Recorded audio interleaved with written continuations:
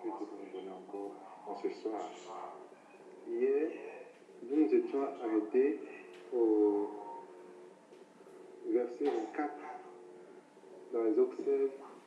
Je lis au verset 24, on disait, il laissait la nourriture jusqu'au matin quand Moïse avait dormi et cela ne devait point infect et ne s'y mit point de verre. Et Moïse dit, au chapitre 25, et verset 25, excusez-moi, Moïse dit, mangez-le aujourd'hui car c'est le jour du sabbat. Aujourd'hui vous n'en trouverez point dans la campagne. Pendant 6 jours, vous en ramasserez, dans le 7e jour qui est le sabbat, il n'y en aura point. Le 7e jour, quelques-uns du peuple sortirent pour ramasser et ils n'en trouvèrent point. Le 8, alors l'Éternel dit à Moïse, jusqu'à quand refuserez-vous d'observer mes commandements et mes lois? Considérez que l'Éternel vous a donné le sabbat, c'est pourquoi il vous donne au 6e jour de la nourriture pour 2 jours. Et chacun reste à sa place et que personne ne sorte du lieu où il est au 7e jour. Donc, nous avons dit, par la grâce de Dieu, hier, nous sommes venus à comprendre que lorsque nous sommes Christ dans le sabbat, rien ne devient infect. Donc, continuons l'histoire, nous voyons que le seul travail que les Israélites avaient à faire, parce que la parole de Dieu déclare que c'est durant 40 ans, ce qu'ils étaient en train de faire, ils l'ont perpétué jusqu'à 40 ans, manger la manne, pendant 40 ans. Et le seul travail que les Israélites devaient faire, c'était seulement d'aller ramasser la nourriture. C'est le seul travail qu'ils devaient faire, ramasser la nourriture pour pouvoir manger cette nourriture-là. Et hier, nous avons vu que le seul travail que nous devons faire, c'est-à-dire quand Jésus est en train de parler dans Jean 6, il dit ne travaillez pas pour une nourriture périssable, mais travaillez pour une nourriture qui dure. Et le travail pour une nourriture qui dure, c'était de croire seulement en Jésus-Christ. Donc pendant 6 jours, il devait ramasser, mais le 7e jour, il mange. Donc nous avons, et on a dit qu'il y a ainsi des personnes qui sont encore sorties pour pouvoir ramasser le 7e jour et la manne, mais ils n'en ont pas trouvé. Il n'y en avait point. Donc, nous venons à comprendre que dans notre vie, nous avons expliqué ce qui veut dire le 7 jours, par la grâce de Dieu, nous avons compris, c'était le fait que nous avons expliqué. Mais il a dit quelque chose de très important ce jour-là que j'ai retenu, si je me donne moi. Il a dit que le 7e jour, c'était comme si ces 6 jours qui étaient venus prendre vie seulement dans le 7e jour. Ces 6 jours ne peuvent que vivre seulement et seulement dans le 7e jour. Donc tout ce que nous avons dans le 6e jour ne peut vivre que lorsque nous entrons véritablement dans le 7e jour qui est le jour du repos, qui est le sabbat. Donc, notre croyance, parce que le travail que nous devons faire, c'est de ramasser. Le travail que nous devons faire, comme Jésus nous dit dans Jean 6, il dit c'est de croire en celui que Dieu a envoyé, à la nourriture que Dieu a envoyée. Nous l'avons vu hier. C'est seulement de croire. Voilà ce travail que nous devons faire. Croire seulement en lui, être en lui. Or, quand on parle de croire, c'est vivre en lui, c'est vivre par lui et vivre pour lui. Quand la parole de Dieu nous dit dans Colossiens 1, que toute chose a été créée par lui et toute chose a été créée pour lui. Donc nous devons croire par lui et nous devons croire pour lui. Notre croyance ne devient vive que, oui, si je peux le dire, notre croyance ne devient croyance que par lui et pour lui. Croire en qui? En Jésus-Christ. Comment? Par lui. Pour qui? Pour lui. Donc, les 6 jours, c'est le travail de l'homme. Les 6 jours, c'est le 6e jour qu'on a formé l'homme. Les 6 jours, c'est les œuvres de l'homme. Les 6 jours, c'est le ramassage de l'homme. Le travail de l'homme, par ses œuvres, par son intelligence, par sa force. Mais dans le 7e jour, lorsqu'il rentre dans le 7e jour, lorsqu'il connaît le 7e jour, lorsqu'il connaît cette personne, il se repose. Là, sa croyance, son travail va durer. Voilà pourquoi je disais que travailler pour une nourriture qui ne périt point, mais qui est éternelle, c'est quoi? C'est de croire. Donc, nous croyons en quoi? Parce qu'il y a plusieurs personnes qui ne croient pas. Il y a des gens qui ne croient pas en Dieu. Vous voyez? Mais il y a des gens pour que ils se disent oui, il y a Dieu qui existe, mais ils ne croient pas vraiment. C'est en qui la croyance prend forme. C'est à une personne que la croyance prend forme, c'est à une personne que la croyance commence par devenir vide. Parce que là, tu commences par croire en Christ, tu commences par... tu crois par Christ, tu crois en lui et tu crois pour lui. Donc c'est en ce jour-là que tout devient vide. Voilà pourquoi rien ne devait être infect de certains jours. Rien ne peut être infect de certains jours. Car ce jour, c'est bénédiction. Car lorsque nous connaissons ce jour, lorsque nous rentrons véritablement dans ce jour, là, notre croyance, comme je viens de dire, là, notre vie prend vie. Là, notre travail n'est pas un travail qui périt, mais un travail qui est éternel. Quoi? Croire. Il y a des gens qui ne croient pas. Il y a des gens même qui vont jusqu'à... Il y a des chrétiens qui vont à l'église, mais ils ne croient pas.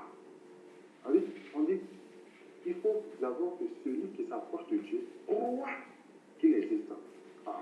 Mais il y a des chrétiens qui vont changer. Des fois, ils se demandent est-ce que Dieu existe vraiment? Donc, nous comprenons que cette personne n'a pas encore véritablement cru ou bien n'a pas encore véritablement trouvé cette personne-là en qui la croyance commence par devenir vie.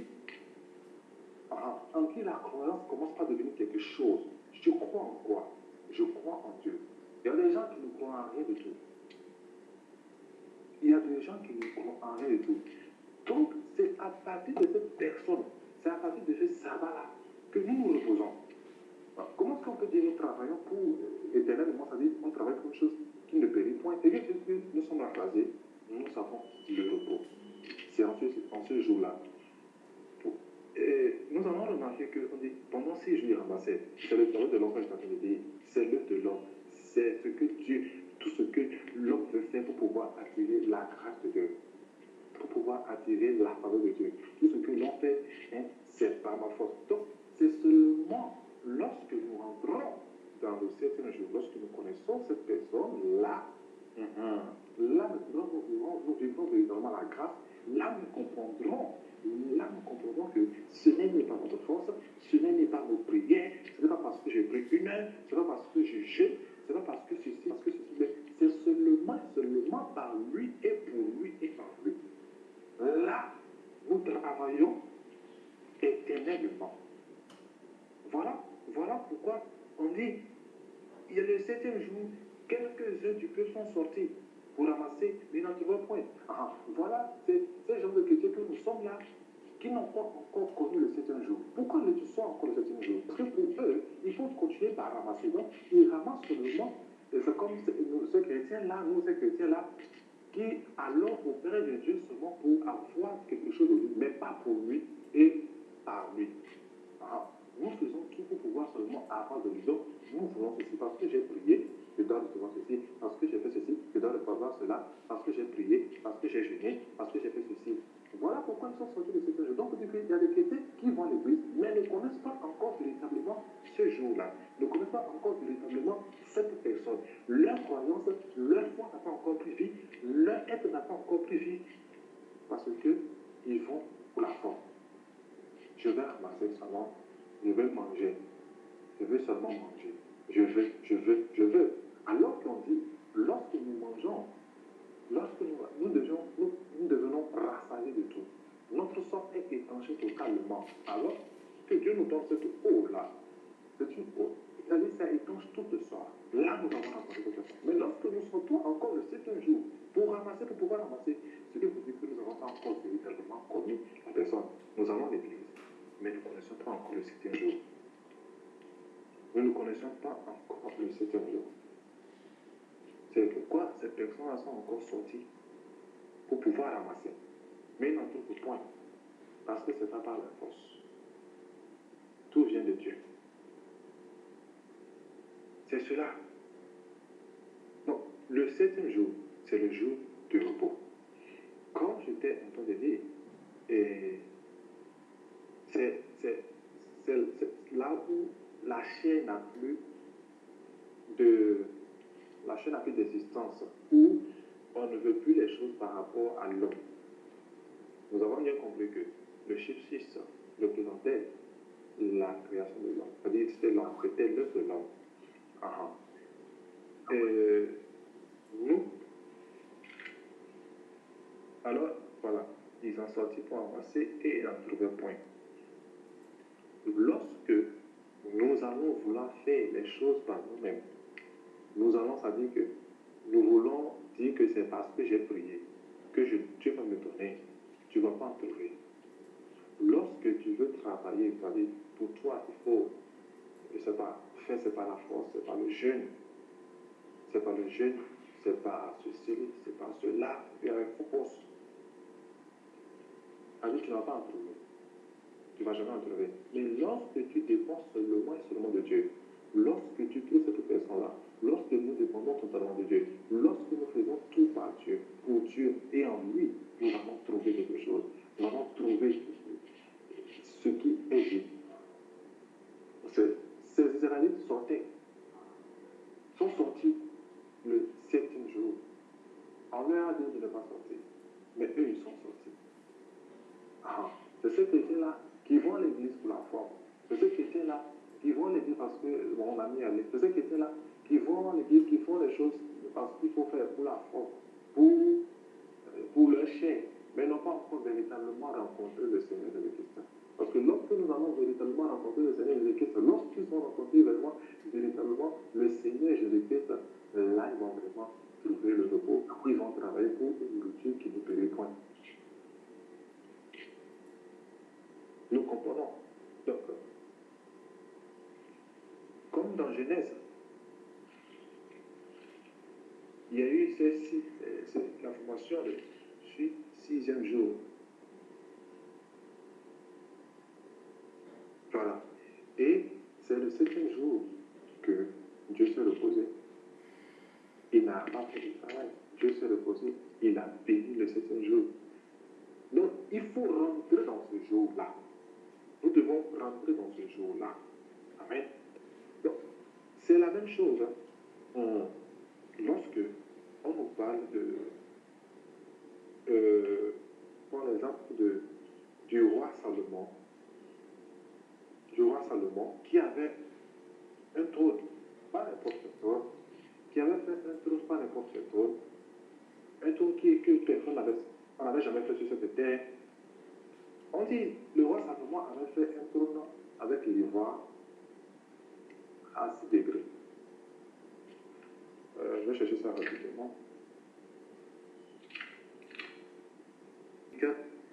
2 Chroniques 9. 2 Chroniques 9 à partir du verset 17. Je ne sais pas si un frère est arrivé. 2 Chroniques 9 à partir du verset 17 jusqu'au verset 19. Si un frère peut lire pour nous.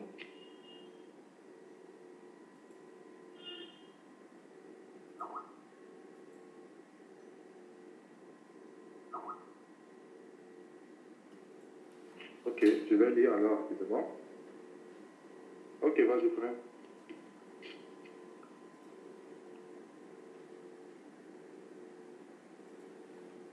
Lisons 2 Chroniques, chapitre 9, du verset 17 au verset 20. Le roi... 17 à 19. Le roi fit un grand trône d'ivoire et le couvrit d'or pur. Ce trône avait 6 degrés et un marchepied d'or attenant au trône. Il y avait des bras de chaque côté du siège. 2 lions étaient près des bras et 12 lions sur les 6 degrés de part et d'autre. Il ne s'est rien fait de pareil pour aucun royaume. Amen. Amen, merci mon frère. La parole de Dieu dit que c'est comme ça que le roi fit un grand trône d'ivoire et le couvrit d'or pur. Ce trône avait 6 degrés. 6 degrés. C'est le roi qui a fait le trône. D'abord, il le fait d'ivoire et le couvre d'or pur. Mais le marchepied est déjà en or. Et le trône avait 6 degrés. Comme je suis en train de dire, les 6 degrés représentent les sous-jours de l'homme. C'est-à-dire le chiffre où l'homme a été fait. Mais on l'a fait en l'ivoire, il fallait qu'on le recouvre en or pur. Donc tout ce que Dieu fait, tout ce que Dieu forme, tout ce que Dieu crée, Dieu le remplit. Lorsque nous recevons vraiment Jésus-Christ, Dieu comme si nous sommes couverts par Jésus-Christ. Nous avons Jésus-Christ. Nous avons Jésus-Christ sur nous. C'est ça que le revêtement, tu le vois par l'or pur. Parce que quand on va regarder maintenant le trône, c'est pas qu'on voit l'ivoire, mais on voit plutôt que l'or. Lorsque nous avons véritablement reçu Christ, lorsque le sixième degré, lorsque ces 6 jours rencontrent véritablement la septième personne, tu es recouvert d'or pur, tu es recouvert de Jésus-Christ. On ne voit pas toi, mais on voit l'or. On ne voit plus l'ivoire, on ne voit plus la boue, mais on voit toi parce que lui, il est venu verser son sang pour nous. Il est venu enlever les choses avec sur nous. Il nous a revêtu de sa justice. Il nous a transportés dans son royaume. Donc, nous sommes assis là-bas avec lui. On peut te voir toi, mais on va te voir comme si c'est comme Jésus. Qu'est-ce qui vit en toi? Voilà. Donc, on a retrouvé ces 6 degrés de trône avec l'or. Alors que le marchepied déjà était en or. Ah, il faut le marchepied pour pouvoir saisir les 6 degrés. Parce que le marchepied nous aide pour pouvoir monter et de pouvoir descendre. Nous nous rappelons de Jacob qui a pris le rocher, il s'est assis sur, il a mis le rocher comme son position. Il y a une échelle qui est sortie où les anges montaient et descendaient. Jésus-Christ aussi, lorsqu'il est venu, lorsqu'il parlait, il a rencontré les disciples pour la première fois. Je pense que c'était André, si je ne me trompe pas. Il dit, je t'avais vu sur le figuier. Et là, tu es vraiment un homme de Dieu. C'est Nathanaël, hein? Merci. Voilà, Nathanaël, c'est dans Jean 1. Nathanaël répondit, il dit, Rabbi, tu es le Fils de Dieu. Jésus lui répondit, parce que je t'ai dit que je t'ai vu sur le figuier, tu crois. Tu verras de plus grandes choses que celles-ci. Il dit, en vérité, vous verrez désormais le ciel ouvert et les anges de Dieu monter et descendre sur le Fils de l'homme, Christ. Donc, lorsque c'est l'attenant, c'est-à-dire le marchepied, donc attenant au trône qui est les 6 degrés. C'est ça qui nous permet de pouvoir descendre, de pouvoir monter. C'est ça là qui soutient le trône. L'attenant soutient le trône. Mais lui, il est déjà en or pur. Lui, le 7e jour.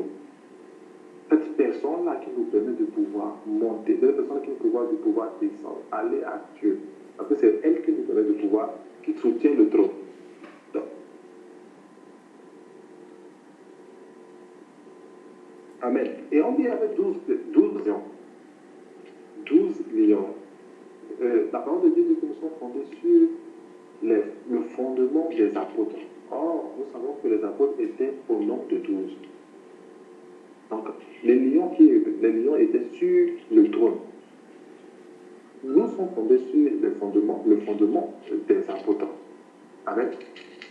Donc, l'attelant ici, le marchepied ici, qui soutient le trône de 6 degrés, c'est Christ qui doit nous soutenir, qui soutient l'homme. C'est Christ qui nous soutient. C'est par Christ que nous pouvons faire choses. Si nous ne connaissons pas Christ, nous ne pouvons pas faire quelque chose. Si nous ne venons pas à Christ, nous ne pouvons pas faire quelque chose. Nous devons laisser les choses insignifiantes pour pouvoir... c'est Christ qui nous aide fort. C'est Christ qui nous aide à pouvoir laisser les choses insignifiantes. C'est Christ qui nous aide à pouvoir laisser les choses de ce monde pour pouvoir nous donner véritablement à Christ. C'est par Christ que nous allons à connaître véritablement le Père. C'est par Christ que nous pouvons aller au Père. Sans lui, nous ne pouvons pas aller au Père. C'est lui seul. Donc, il faut que nous puissions rentrer dans le 7e jour. Il faut que nous puissions connaître le 7e jour pour pouvoir vivre, pour pouvoir travailler pour une nourriture qui ne périt point. Nous nous rappelons de l'histoire de Lot. Lorsque les 2 personnes sont venues faire sortir Lot, ses 2 filles et sa femme, lorsqu'ils étaient en train de partir, on leur a donné quelque chose de ne pas se retourner pour regarder derrière. Mais la femme de Lot s'est retournée pour regarder derrière. Donc son cœur était attaché encore à Sodome et Gomorrhe. Donc elle ne pouvait pas continuer avec les autres personnes. Et elle est devenue une statue de sel. Nous savons que la statue n'a pas de vie. Nous savons que la statue est comme une être morte. La statue ne bouge pas. Voilà. Lorsque nous ne quittons pas, lorsque nous n'avons pas connu Christ, nous sommes comme une statue. Nous ne bougeons pas. Nous n'avons pas de vie. Nous ne pouvons pas aller de l'enfant.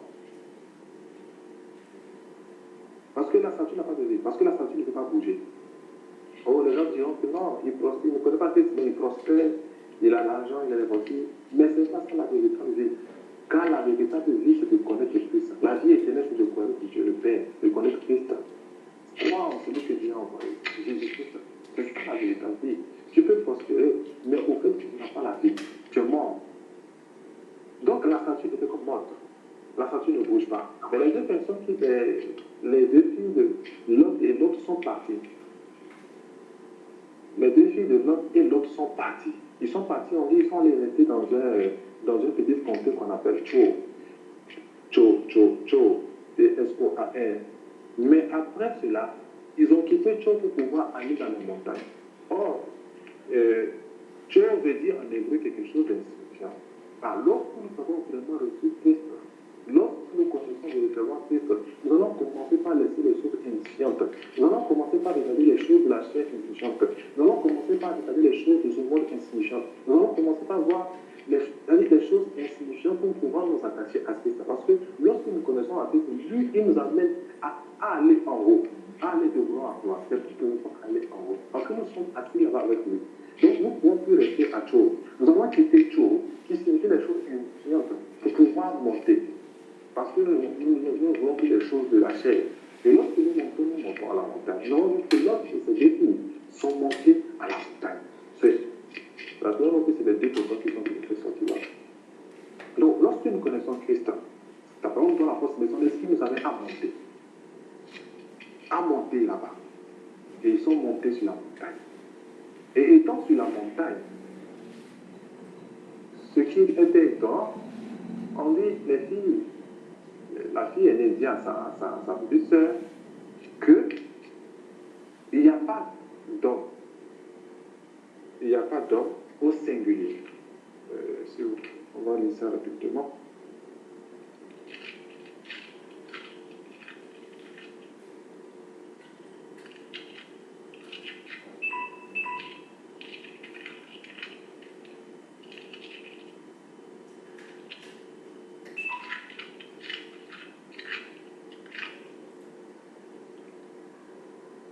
Genèse 19, partir du verset 30. On dit l'autre quitta Cho pour la hauteur et se fixa sur la montagne. Voilà. Lorsque nous recevons Christ, lorsque nous connaissons Christ, nous allons quitter Cho pour pouvoir, pour la hauteur, et nous allons nous fixer sur la montagne. Il allait avec ses deux filles.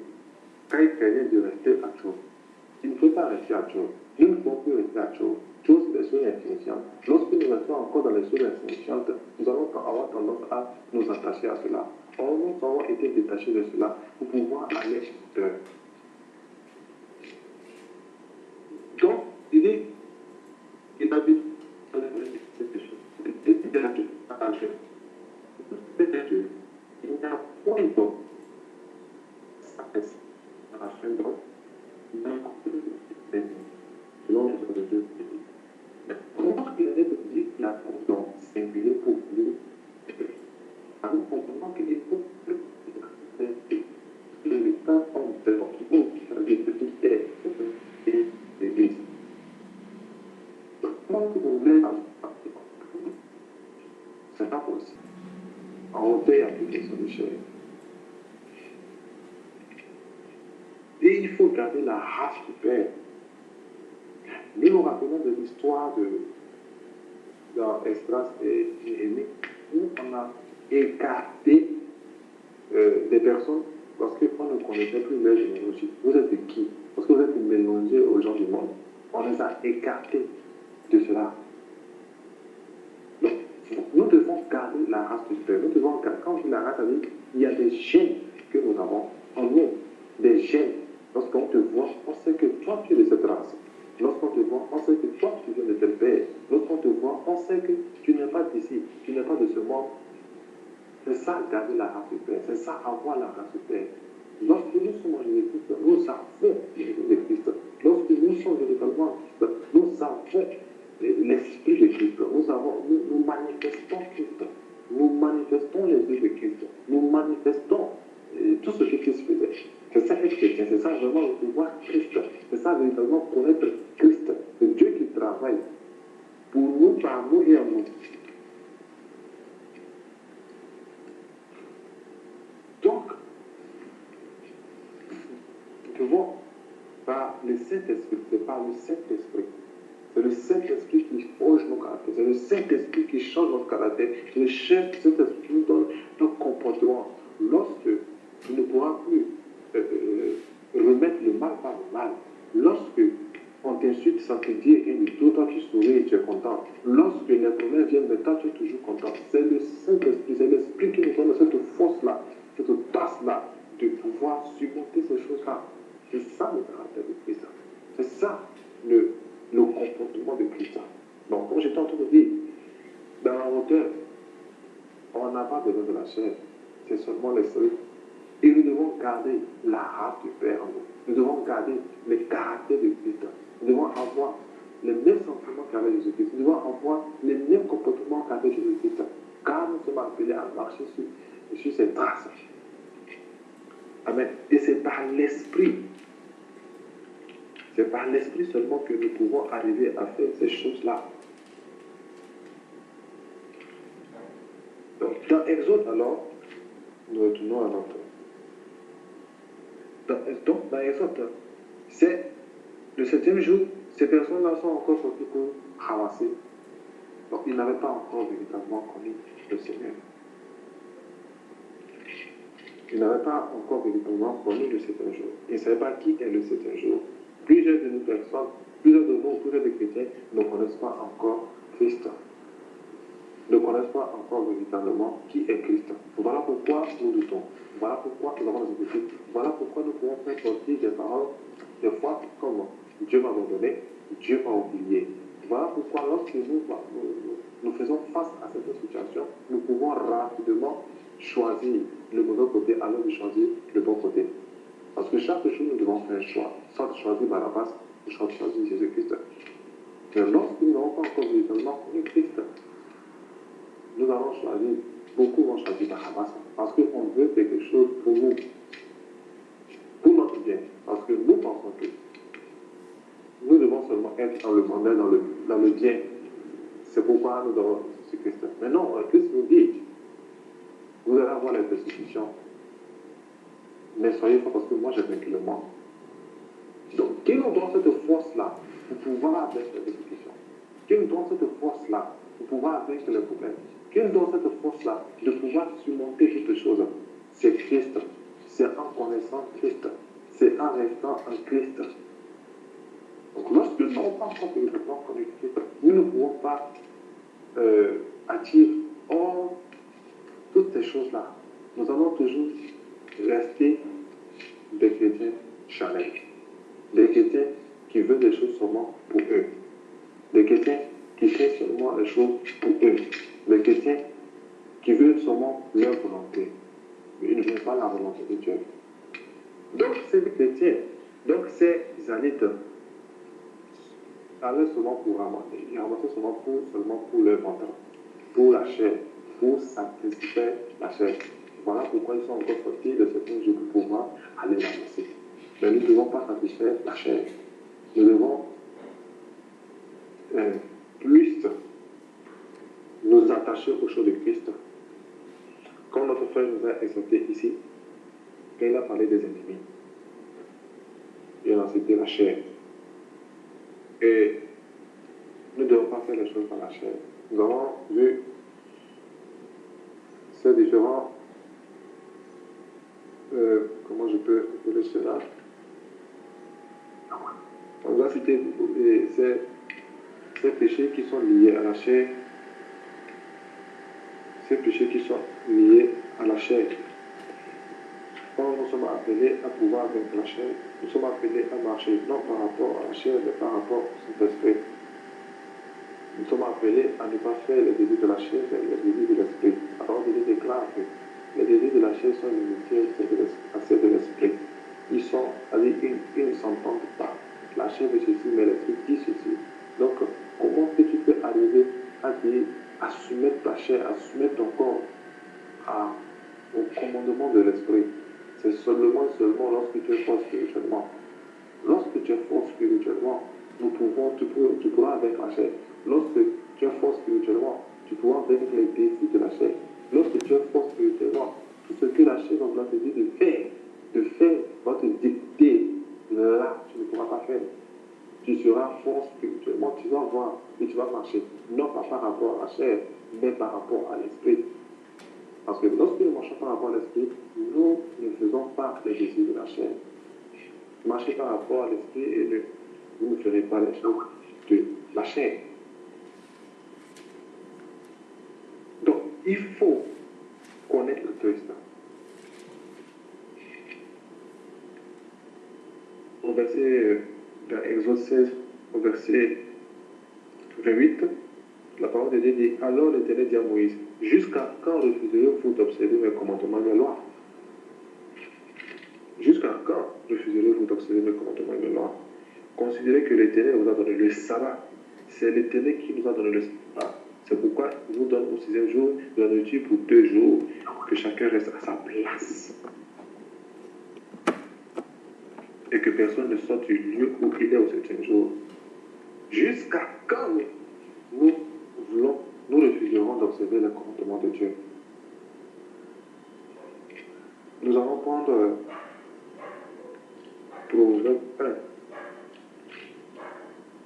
Proverbe 1.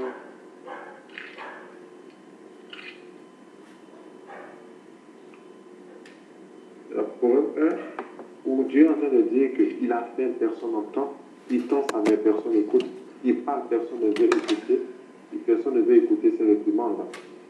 Proverbe 1, à partir du verset 22. Jusqu'à quand, stupide, aimerez-vous la stupidité? Jusqu'à quand les moqueurs se plairont-ils à la moquerie? Et les insensés haïront-ils la science? Tournez-vous pour écouter mes réprimandes. Voici, je répandrai sur vous mon esprit. Je vous ferai connaître mes paroles. Puisque j'appelle et que vous résistez, puisque j'étends ma main et que personne ne prend garde, puisque vous rejetez tous mes conseils et que vous n'aimez pas mes réprimandes, moi si je vivrai quand vous serez dans le malheur, je me moquerai quand la terreur vous saisira, quand la terreur vous saisira comme une tempête et que le malheur vous enveloppera comme une tourbillon. Quand la détresse et l'angoisse fondront sur vous, alors ils m'appelleront, je ne répondrai pas, ils me chercheront, ils ne me trouveront pas, parce qu'ils ont haï la science et qu'ils n'ont pas choisi la crainte de l'Éternel, parce qu'ils n'ont point aimé leurs conseils et qu'ils ont dédaigné toutes mes réprimandes. Ils se nourriront du fruit de leur voix, ils se rassasieront de leur propre conseil, car la résistance des stupides est tue et la sécurité des insensés les perd. Mais celui qui m'écoute reposera avec assurance. Il vivra et sans craindre aucun mal. C'est celui qui écoute qui va reposer avec assurance. Et il vivra tranquille et sans craindre aucun mal. Les enfants d'Israël, la personne n'avait pas écouté. Voilà pourquoi l'Éternel Dieu dit: jusqu'à quand refuserez-vous d'observer mes commandements? Ils n'écoutaient pas ce que l'Éternel avait dit. Voilà pourquoi ils ont dédaigné la parole de l'Éternel. Ils ont dédaigné les conseils de l'Éternel. Ils ont dédaigné les recueillements de l'Éternel. Ils ont dédaigné les commandements que Dieu avait donnés. Lorsque nous dédaignons la parole de Dieu, lorsque nous rejetons les conseils de Dieu, lorsque nous rejetons les réprimandes de Dieu, voilà ce qui va nous arriver. Ils n'ont pas écouté ce que Dieu avait dit. Jusqu'à quand refuserez-vous d'observer mes commandements et mes lois? Jusqu'à quand? Jusqu'à quand je refuserai de marcher par rapport à la parole de l'Éternel? Jusqu'à quand je refuserai de regarder seulement qu'à Christ? Jusqu'à quand je refuserai de croire à la parole de Dieu, de marcher par rapport à ses préceptes, d'écouter ses réprimandes, d'écouter ce qu'il me dit dans le secret? Jusqu'à quand refuserai? Voilà ce qui va se passer, comme dans Proverbe 1 nous avons lu. Voilà ce qui va se passer lorsque nous dépendons de l'Éternel. Nous avons beaucoup d'exemples dans la Bible où ces rois se sont détournés de la parole de Dieu et nous avons vu ce qui s'est fait avec eux. Nous avons vu ces rois-là, ils ont bien commencé. Et en fait de l'orgueil, ils ont commencé par dédaigner la parole de Dieu. Ils ont commencé par dédaigner les réprimandes de Dieu. Ils ont commencé par dédaigner Dieu lui-même. Et nous avons vu comment ils ont fini. Ils ont fini mal. Parce que Dieu qui suscite même les méchants, même qui viennent vers eux. Et il n'arrive même pas à faire quelque chose. Lorsque Dieu suscite les méchants pour venir à nous, pour nous attaquer, nous devons retourner à Dieu. Parce que c'est à lui seul que nous devons aller. C'est en lui seul que nous pouvons nous cacher. Dieu nous veut seulement et seulement pour lui. Dieu nous veut seulement pour lui. Lorsque nous écoutons l'influence de Dieu, lorsque nous sommes auprès de Dieu, lorsque nous sommes dans la présence de Dieu, il est loin de nous les transgressions. Nous n'allons même pas voir les transgressions venir. Il est loin de nous les transgressions. Il est loin de nous les dangers. Il sait pourquoi il veut, c'est pourquoi il donne ce document-là. Si Abel était auprès de son père, si Abel était resté auprès de son père, Caïn n'allait pas voir le ciel. Il a fallu qu'Abel quitte son père. Il a fallu qu'Abel quitte son père pour pouvoir aller avec Caïn. Et c'est là que Caïn a pu tuer Abel. Mais si Abel était resté auprès de son père, Caïn n'allait pas pouvoir tuer Abel. Parce que son père est là. Voilà ce qui se passe. Donc, lorsque nous écoutons la parole de Dieu, lorsque nous sommes dans la parole de Dieu, lorsque nous sommes avec la parole de Dieu, nous avons la protection. Que de demeurer seulement dans la parole de Dieu. Demeurer en Christ. Demeurer en ce jour-là. Et la parole de Dieu nous dit que considérez que l'Éternel vous a donné le sabbat. Ah! Donc c'est l'Éternel qui nous a donné le sabbat. C'est l'Éternel qui nous a donné son Fils. C'est l'Éternel qui a envoyé son Fils pour nous. Quel amour! Dans Jean 3,16. Nous connaissons tous ce verset. Jean 3,16 qui dit: car Dieu a tant aimé le monde qu'il a donné son Fils unique. Son Fils unique, afin que quiconque croit en lui ne périsse point, mais ait la vie éternelle. C'est l'Éternel qui nous a donné le sabbat. Considérez que c'est l'Éternel qui vous a donné le sabbat. Donc l'Éternel a donné le sabbat. C'est lui qui a fait, c'est lui qui a donné son Fils parce qu'il nous aime tant à cause de son amour. C'est à cause de son amour qu'il nous a donné son Fils unique, afin que nous ne périssions point. Comment nous devons nous périr? C'est seulement en croyant en lui. C'est tout. Croire en lui. Afin que quiconque croit en lui ne périsse point, mais qu'il ait la vie éternelle. Et voilà ce que je suis en train de dire, que où est-ce que c'est en lui. C'est en lui que notre croyance devient vie. C'est en lui que notre croyance prend vie. C'est en lui que la croyance commence. C'est en lui que nous croyons. Et c'est à lui et pour lui que nous croyons. Donc cette personne n'avait pas cru en la parole de l'Éternel, au sabbat que Dieu avait envoyé. Voilà pourquoi ils sont sortis encore. Amen. Dieu nous a donné le sabbat parce qu'il nous aime. Parce qu'il nous aime tellement. C'est lui qui nous donne le sabbat. C'est lui qui nous donne le repos. C'est pas moi-même qui me donne le repos. C'est pas moi, c'est pas par ma force. C'est pas par mon intelligence. Je vais me donner le repos. Non, vous pouvez voir, je ne sais pas. Les gens riches ne continuent pas à travailler, ils n'ont pas de repos. Ils continuent pas à travailler. Ils veulent toujours travailler pour l'amour. Ils n'ont pas encore de repos. Il n'y a pas de repos. Il y a cette histoire dans la Bible qui dit, il y avait un homme qui avait travaillé, il avait eu beaucoup de récoltes. Il a mis dans ses greniers. Ah, c'était tellement beaucoup de... Ah, il a dit à son âme, mon âme repose-toi parce que tu en as tellement beaucoup. Et alors il dit, insensé. Je ne connais plus encore ce passage, je ne sais pas si un frère connaît ce passage.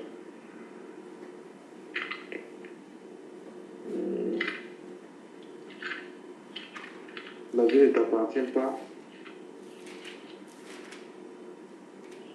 Cette même nuit, la même Dieu a réduit sa vie. Je ne sais pas si les gens connaissent Dieu. Je pense que c'est dans Ecclésiaste, si je ne me trompe pas.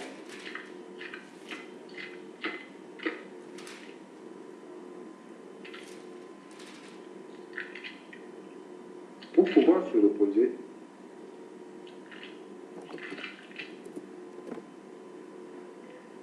si je trouve le passage, je vais poster ça sur après. Donc, pour pouvoir se reposer, nous nous devons considérer ce que Dieu nous a envoyé. C'est pour notre repos. Ah, ok, Luc 12, 20. Ok. Merci.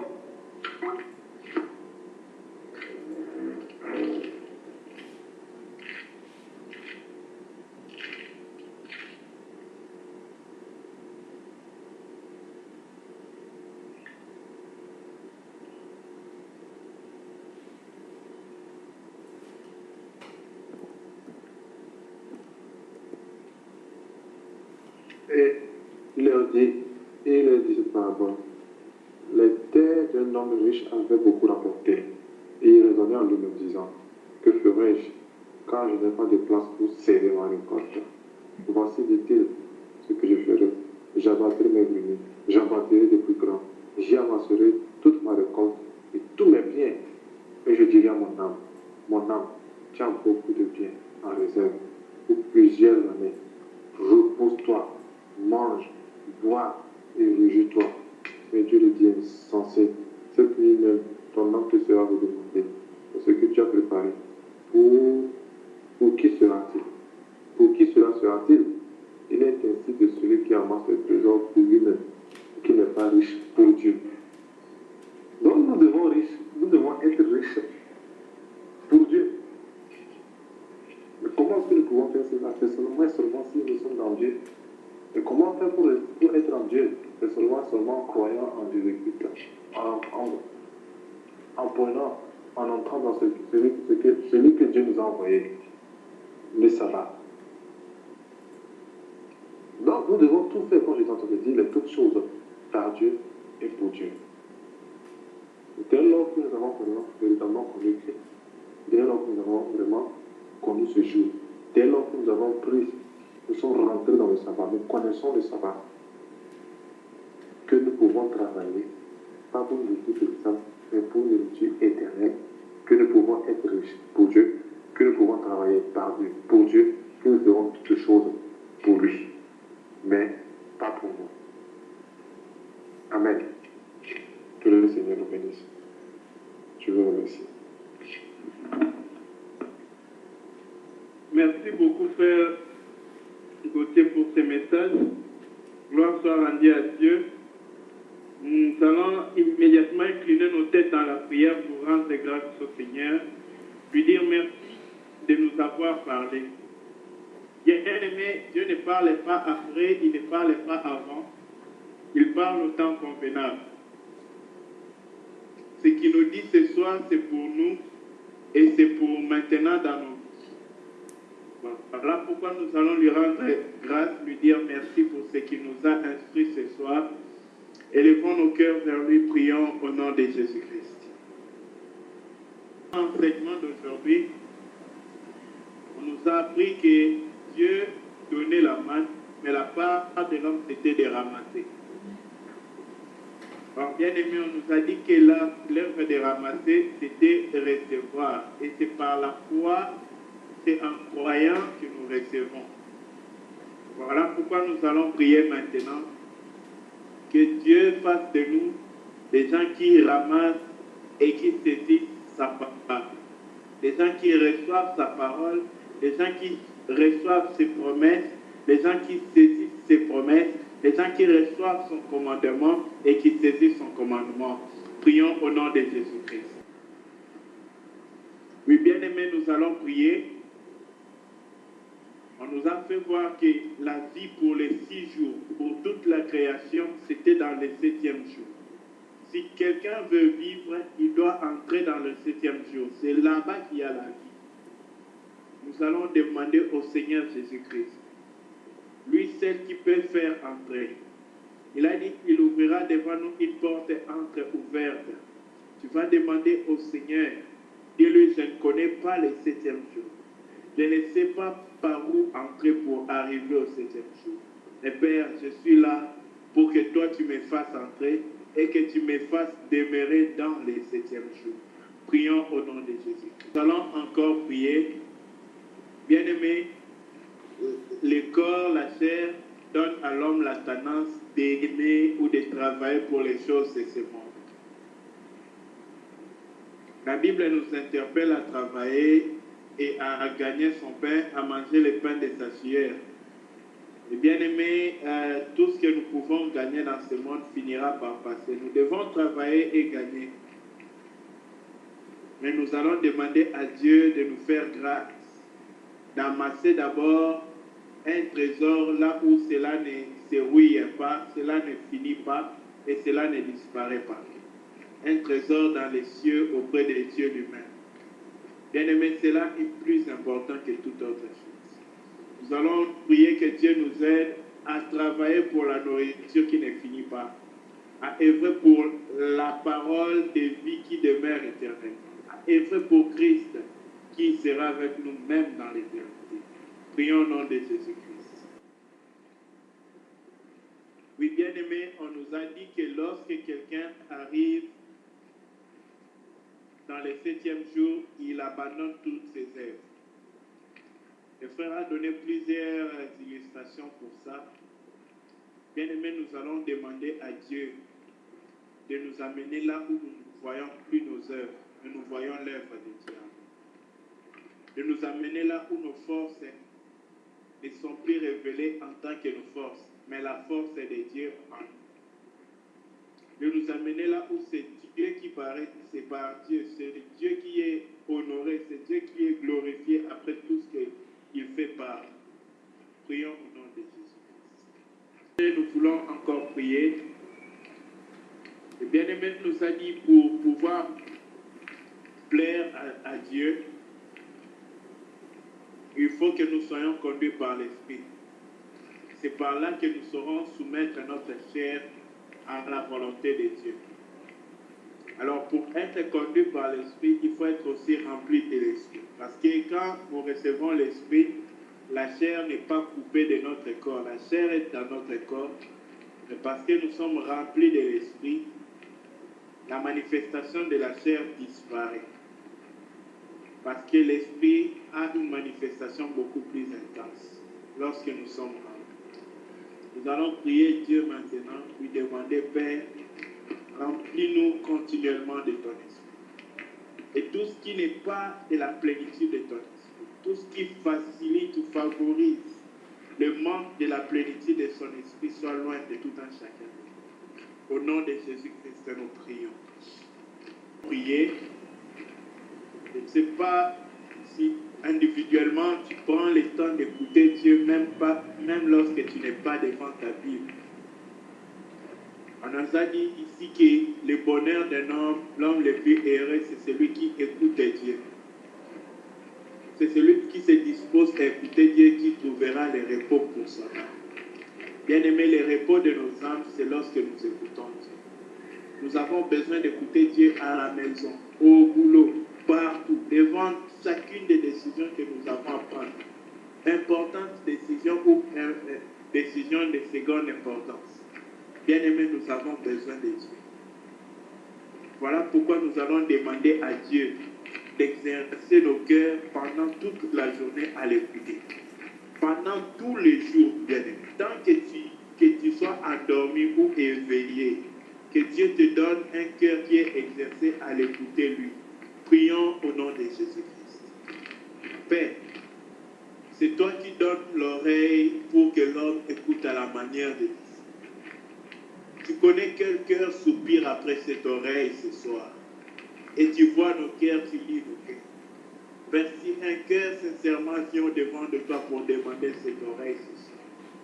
Oh Père, à cause de cette maison dans laquelle nous sommes. Père, à cause de ce temple céleste dans lequel nous sommes.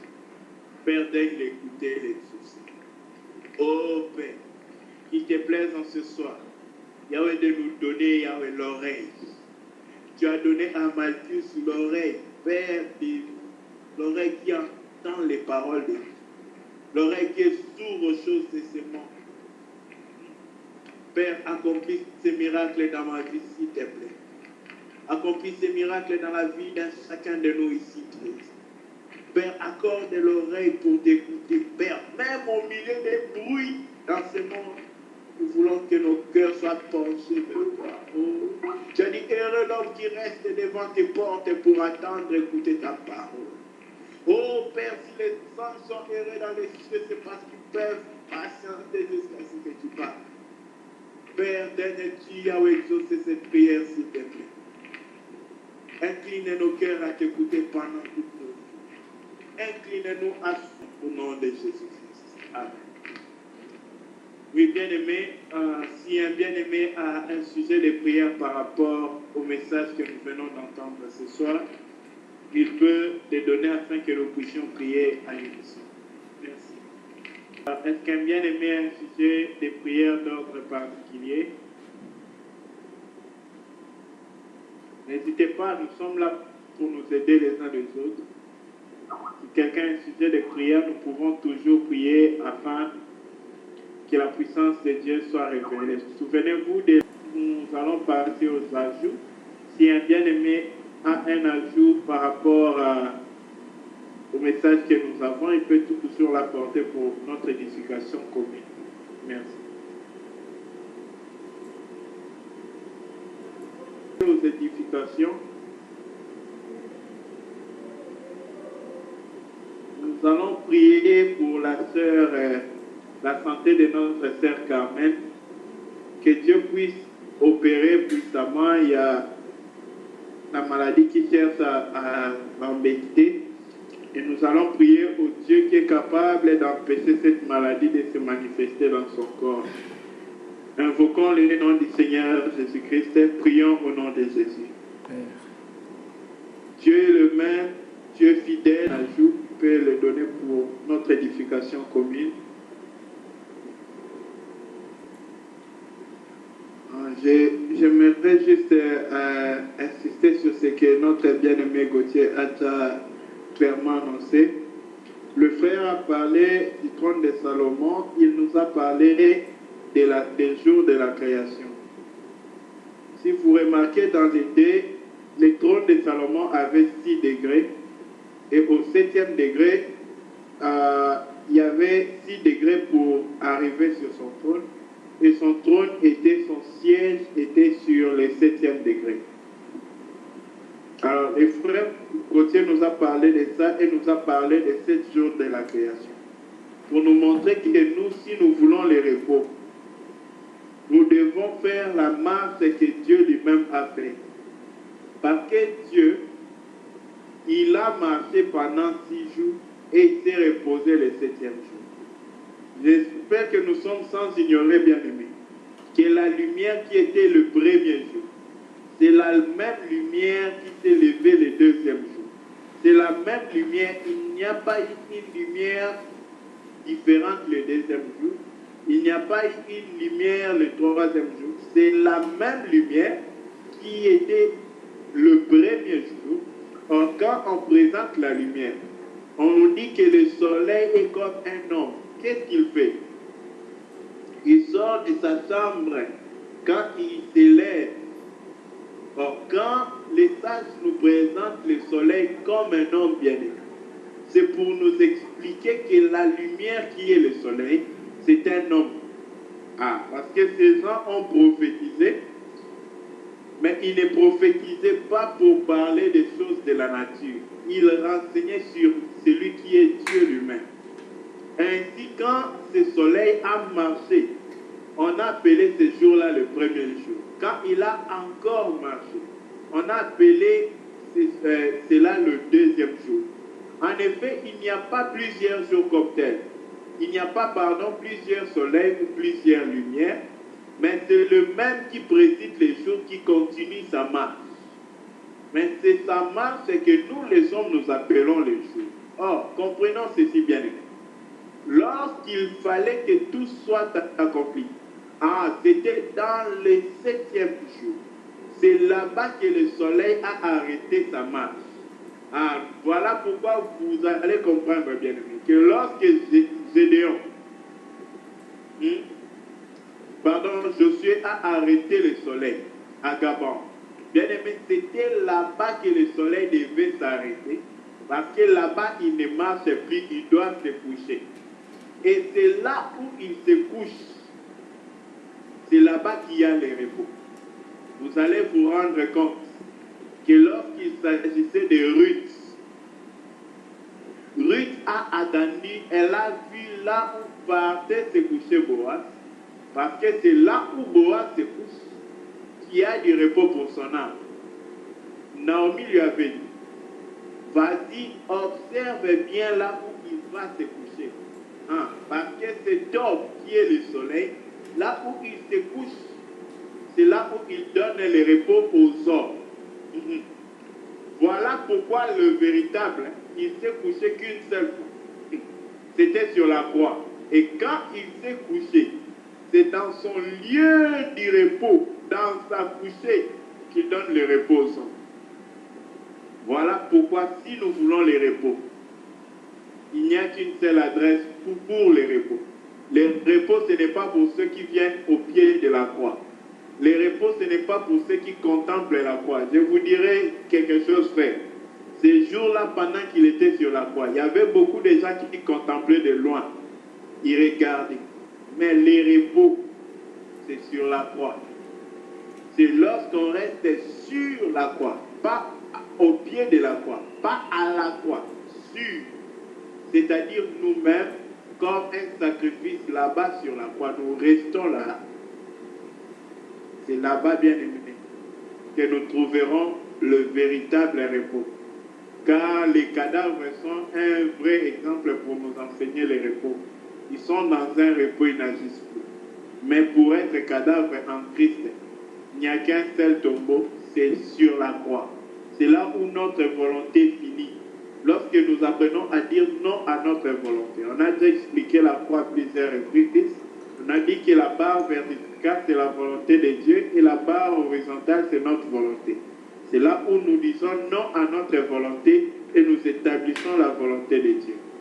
Si nous arrivons à vivre cette vie-là, c'est là que nous entrerons dans les repos. Que Dieu nous bénisse. Si un autre frère a un ajout, il peut l'apporter. Sinon, nous allons passer aux questions.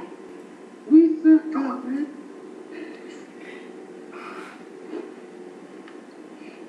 En fait, quand le frère parlait, il a parlé de Dieu qui donne le sabbat.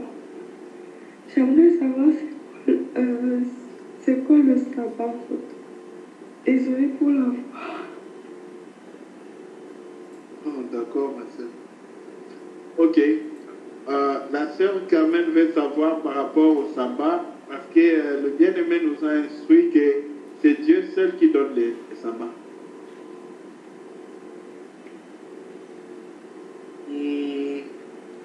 Ce que je peux apporter par rapport à ça, le Seigneur Jésus a dit que ceux qui viendront à lui, il leur donnera du repos. C'est lui qui donne le repos. Le sabbat, c'est le jour du repos. C'est là où l'homme se repose de toutes ses œuvres. Dieu a dit à Adam, tu travailleras 6 jours, mais le 7e jour, tu te reposeras. Or, Dieu lui-même, pour instruire et enseigner l'homme, Dieu lui-même s'est reposé le 7e jour de toute son œuvre qu'il avait achevée. Donc, les repos, le sabbat, c'est le 7e jour, c'est ça les repos. Or, qu'est-ce qu'on appelle repos? Revenons dans le monde humain. Les repos, quand on dit je me repose, c'est que je ne fais aucune activité, mais je me repose. Or, vous allez vous rendre compte d'une chose, même dans le corps de l'homme, lorsque tout le corps est au repos, il y a un seul membre du corps qui reste éveillé, c'est la tête. Or, la tête, pendant les repos, la tête travaille. Voilà pourquoi tu vas voir, tu dors, un moustique te pique. Pendant le sommeil, tu lui tends une bonne gifle.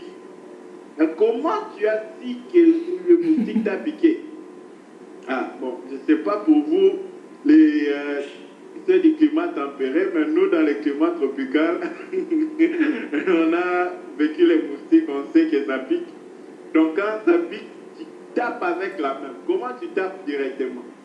Parce que la tête a dit à la main qu'il y a un corps étranger qui nuit là-bas. Donc la tête ne se repose pas. Donc, quand quelqu'un entre dans le repos, il est le corps, c'est-à-dire il se repose. mais c'est Christ qui est sa tête. Et lui, Christ n'est pas dans le repos, mais il travaille en lui. Entrer dans le repos ou recevoir le sabbat que Dieu donne, ça ne veut pas dire que tu viens, tu ne fais rien, non. Ça veut dire que toi, tu ne fais pas, mais Christ est fait en toi. C'est comme Paul dit, ce n'est plus moi qui vis, mais Christ vit en moi. Le sujet qui fait l'action, c'est Christ. Mais le corps par lequel il fait l'action, c'est nous. C'est ça le repos de Dieu. Merci ma soeur. Je remets la parole à nos frères qui sûrement ont quelque chose à dire.